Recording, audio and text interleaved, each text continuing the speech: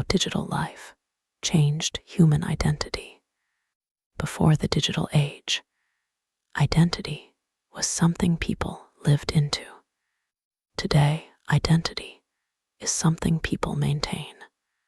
Every day, billions of humans enter digital spaces where they are observed, evaluated, quantified, and remembered.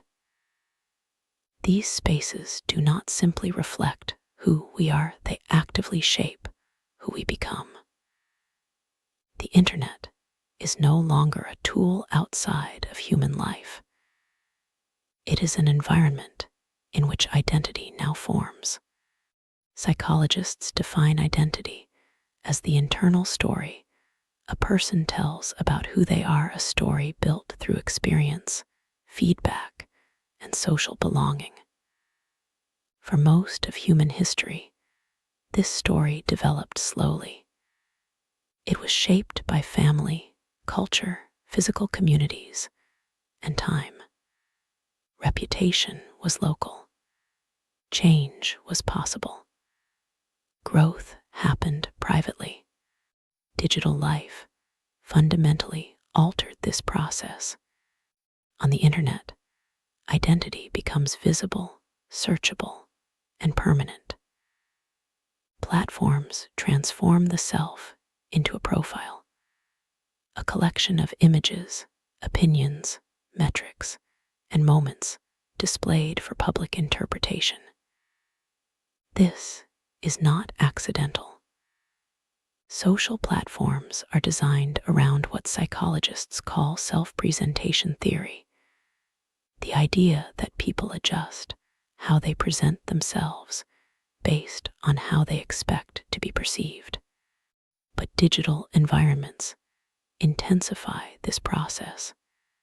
Every post receives feedback: likes, shares, comments, views. These signals activate the brain's reward system, particularly dopamine pathways associated with reinforcement learning. This is known as operant conditioning. Behaviors that are rewarded become more likely to repeat.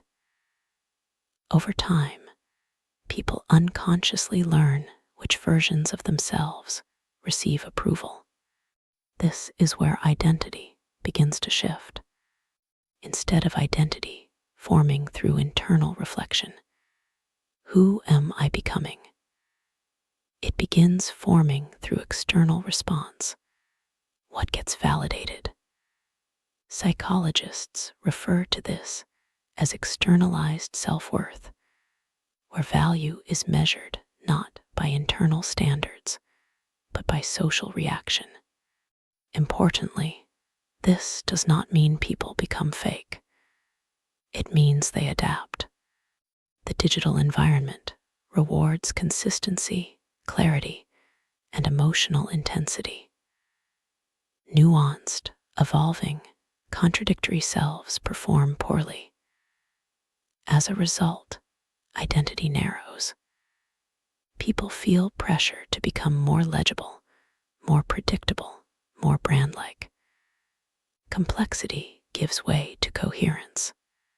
Another major psychological shift is permanence. Before digital life, identity was fluid. Past versions of the self faded with time. Today, posts, images, and opinions persist indefinitely. This creates what researchers describe as identity foreclosure, the feeling of being locked into a version of oneself that no longer reflects who one is. Growth becomes risky when the past is always retrievable. This leads to self-monitoring and self-censorship. People speak less freely. They choose safer expressions, not because they lack authenticity, but because the psychological cost of misinterpretation feels too high in a permanent, searchable world. Digital life also collapses social contexts. Offline identity is situational. Humans naturally present different facets of themselves depending on environment, work, family, friendship, intimacy. Online, these boundaries dissolve. This phenomenon is known as context collapse, when multiple audiences exist simultaneously. To cope, people simplify. They reduce themselves into a single tone, a single persona, a single identity that can survive exposure to everyone at once. While this strategy protects against conflict, it also distances people from their full psychological range. The effects are especially profound for younger generations. Adolescence is a critical period for identity exploration. Psychologists emphasize that experimentation, mistakes, and private self-discovery are essential for healthy development. Digital life moves this process into public view. Exploration becomes performance. Mistakes become permanent records. Feedback arrives instantly and at scale. This creates pressure to get identity right early. But identity is not designed to be optimized. It is designed to be revised. Digital life also reshapes how humans perceive others. When people appear primarily as avatars, usernames, or content streams, psychological distance increases. Empathy weakens. Nuance flattens. Social identity theory explains how humans naturally categorize others into simplified groups. Online environments accelerate this process.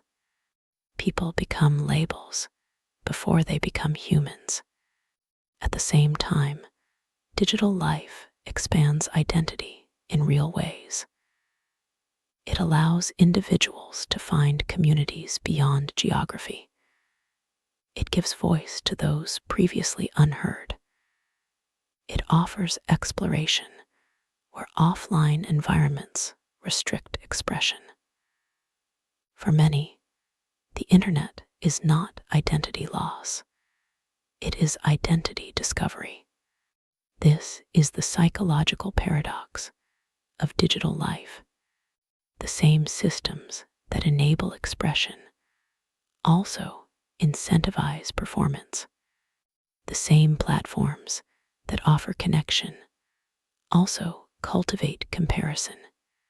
The same tools that amplify voice also measure worth.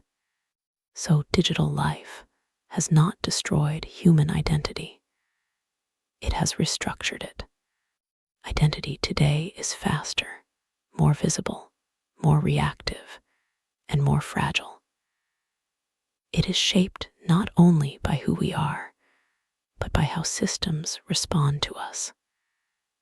Algorithms do not understand meaning, but they influence behavior.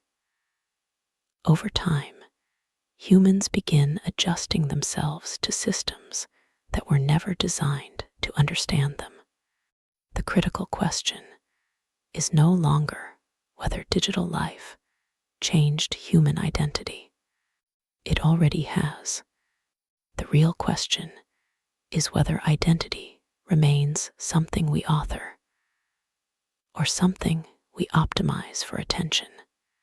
Psychology reminds us that identity requires privacy, inconsistency, and time.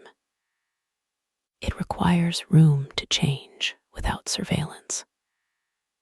In a world built for performance, choosing reflection becomes an act of resistance. And perhaps the most human identity we can claim in the digital age is not the most visible one, but the one that remains unfinished.